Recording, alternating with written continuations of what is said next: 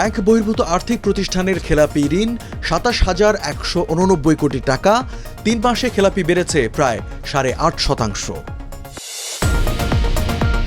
স্বৈরাচার ফ্যাসিস্ট চাঁদাবাজের বিরুদ্ধে লড়াই অব্যাহত রাখার আশ্বাস এনসিপি আহ্বায়কের। মব রোধ ও নির্বাচনে সুষ্ঠু পরিবেশ নিশ্চিতের দাবি জামায়াত আমিরের। ২৪ ঘন্টারও কম সময়ে দেশের সমুদ্র বন্দরগুলোতে আবারও ৩ নম্বর সতর্ক সংকেত। সারা দেশে মাঝারি থেকে ভারী বৃষ্টির পূর্বাভাস। প্রথম দেশ হিসেবে আফগানিস্তানের তালেবান সরকারকে আনুষ্ঠানিক স্বীকৃতি রাশিয়ার। বাণিজ্য ও অর্থনৈতিক সমৃদ্ধির সুযোগ উন্মোচন।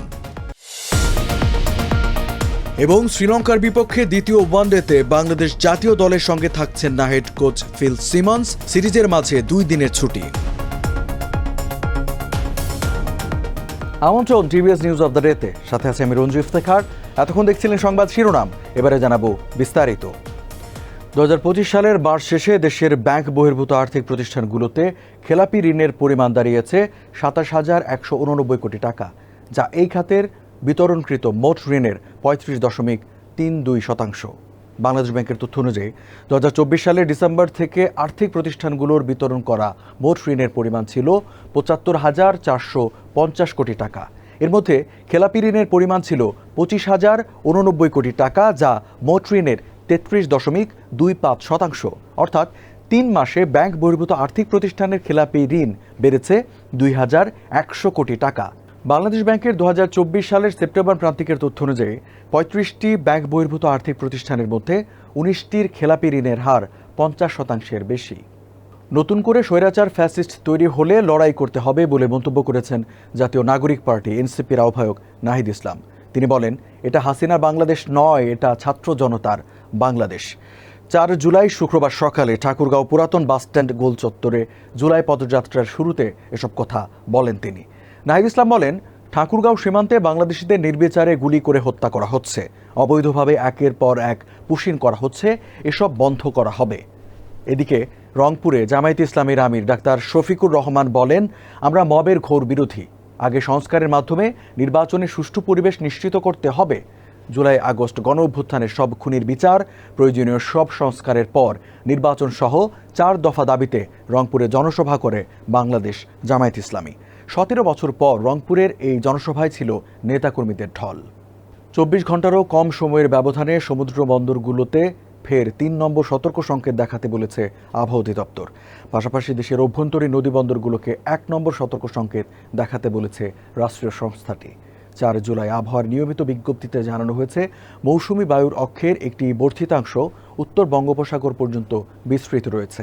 এই বায়ু বাংলাদেশের ওপর মোটামুটি সক্রিয় এবং উত্তর বঙ্গোপসাগরে প্রবল অবস্থায় বিরাজ করছে।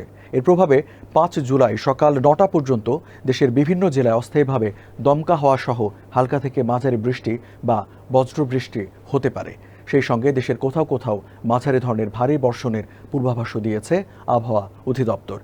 এই সময় সারা দেশে দিন ও রাতের তাপমাত্রা প্রায় অপরিবর্তিত থাকতে পারে বলে বিজ্ঞপ্তিতে জানানো হয়েছে। আফগানিস্তানের তালেবান শাসিত সরকারকে স্বীকৃতি দিয়েছে রাশিয়া। 3 জুলাই কাবুলে আফগানিস্তানের পররাষ্ট্রমন্ত্রী আমির খান মুত্তাকির সঙ্গে বৈঠকে রুশ সরকারের এই সিদ্ধান্ত আনুষ্ঠানিকভাবে জানান রাশিয়ার রাষ্ট্রদূত দিমিত্রি জিরনোভ। রুশ পররাষ্ট্র মন্ত্রণালয় এক বিবৃতিতে জানায়, আফগানিস্তানে ইসলামিক আমিরাত সরকারকে আনুষ্ঠানিক স্বীকৃতি দ্বিপাক্ষিক কার্যকর সহযোগিতার পথে গতি আনবে। জ্বালানি, পরিবহন, কৃষি, অবকাঠামো খাতে বাণিজ্য ও অর্থনৈতিক সহযোগিতার সম্ভাবনা রয়েছে।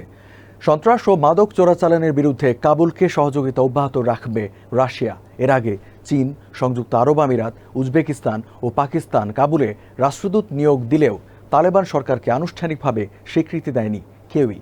2025 সালের এপ্রিলে তালেবানকে সন্ত্রাসী সংগঠনের তালিকা থেকে সরিয়ে নেয় রাশিয়া। এর আগে 2023 সালের জুলাইয়ে তালেবানকে সন্ত্রাস বিরোধী লড়াইয়ে মিত্র বলে উল্লেখ করেন রুশ প্রেসিডেন্ট ভ্লাদিমির পুতিন।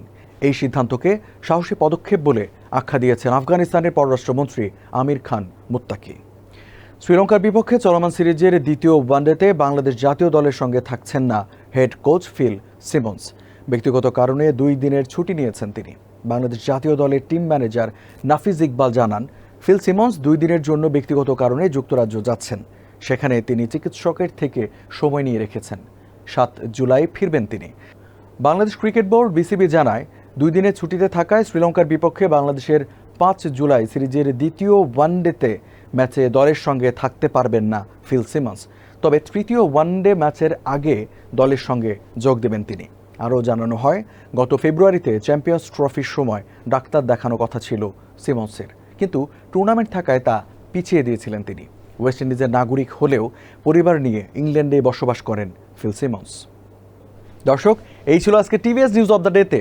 এতক্ষণ সাথে থাকার জন্য ধন্যবাদ সবাইকে।